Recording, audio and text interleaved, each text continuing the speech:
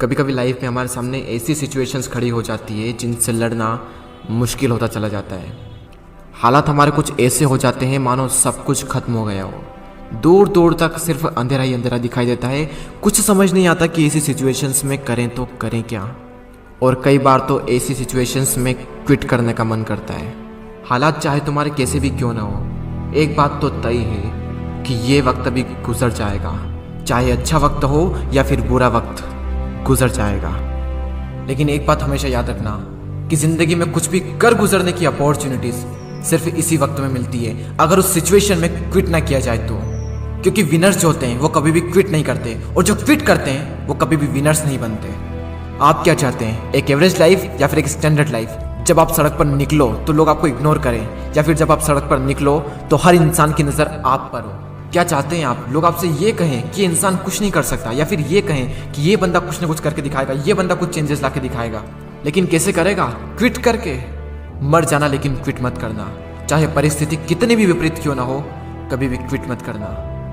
आपका समय आज बुरा है, कल और बुरा होगा, लेकिन परसों आपकी जीत होगी। लेकिन सिर्फ शर्त इतनी सी है कि आप उस सिचुएशन में टिके रहो और क्विट ना करो। ये प्रकृति चाहती है कि हम इन परिस्थितियों से लड़े, संघर्ष करें, ताकि हम और मजबूत बन सके।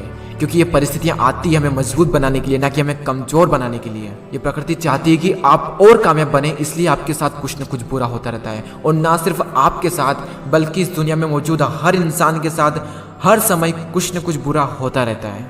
ये प्रकृति का नियम है, हम इसमें कुछ नहीं कर सकते। हमारा क्या कर्तव्य है? हमें सिर्फ इतना सा करना है कि टिके रहना है, चाहे परिस्थिति कैसी भी हो।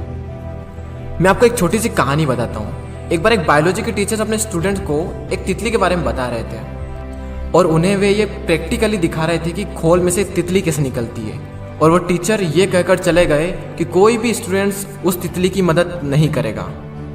वहाँ पर जितने भी स्टूडेंट्स थे वो ध्यान से उस खोल में से तितली को निकलते हुए देख रहे थे। तभी एक स्टूडेंट को उस पर दया आ गई, और उसने उस तितली की मदद की उस खोल से बाहर निकलने में, और सफलतापूर्वक वो तितली उससे बाहर निकल गई। और उस स्टूडेंट की वजह से उस तितली को कोई संघर्ष नहीं करना पड़ा, कोई ज़्यादा मेहनत नहीं करनी पड़ी उस खोल से बाहर निकलने में।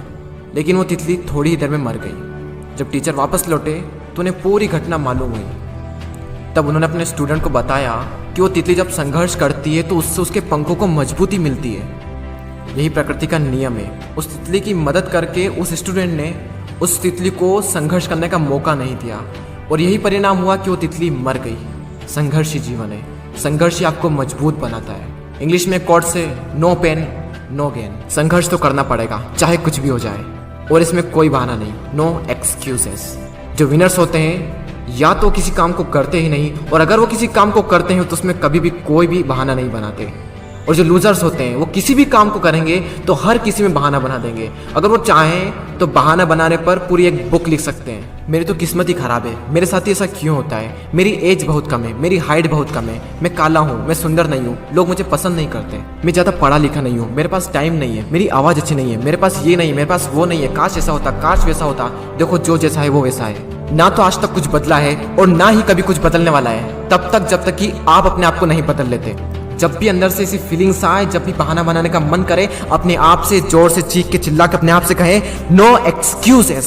कोई बहाना नहीं। जहां पर भी आप काम करते हैं, जहां पर भी आप पढ़ाई करते हैं, जो भी आपका वर्क प्लेस है, वहां पर कागज पर लिखकर चिपका दें नो एक्सक्यूजेस। कोई बहाना नहीं। मैंने भी अपने वर्क प्लेस पर ये लिख रखा है नो एक्सक्यूजेस, और आज से आप भी कसम खा लें कि कभी भी जिंदगी में बहाना नहीं बनाएंगे। आज आप लोग भी कमेंट में लिख कर जाएं नो एक्सक्यूजेस, ताकि मुझे पता चले कि कितने लोगों ने इस वीडियो को पूरा देखा। मैं आपसे मिलूंगा अगले वीडियो में। जय हिंद, जय भारत।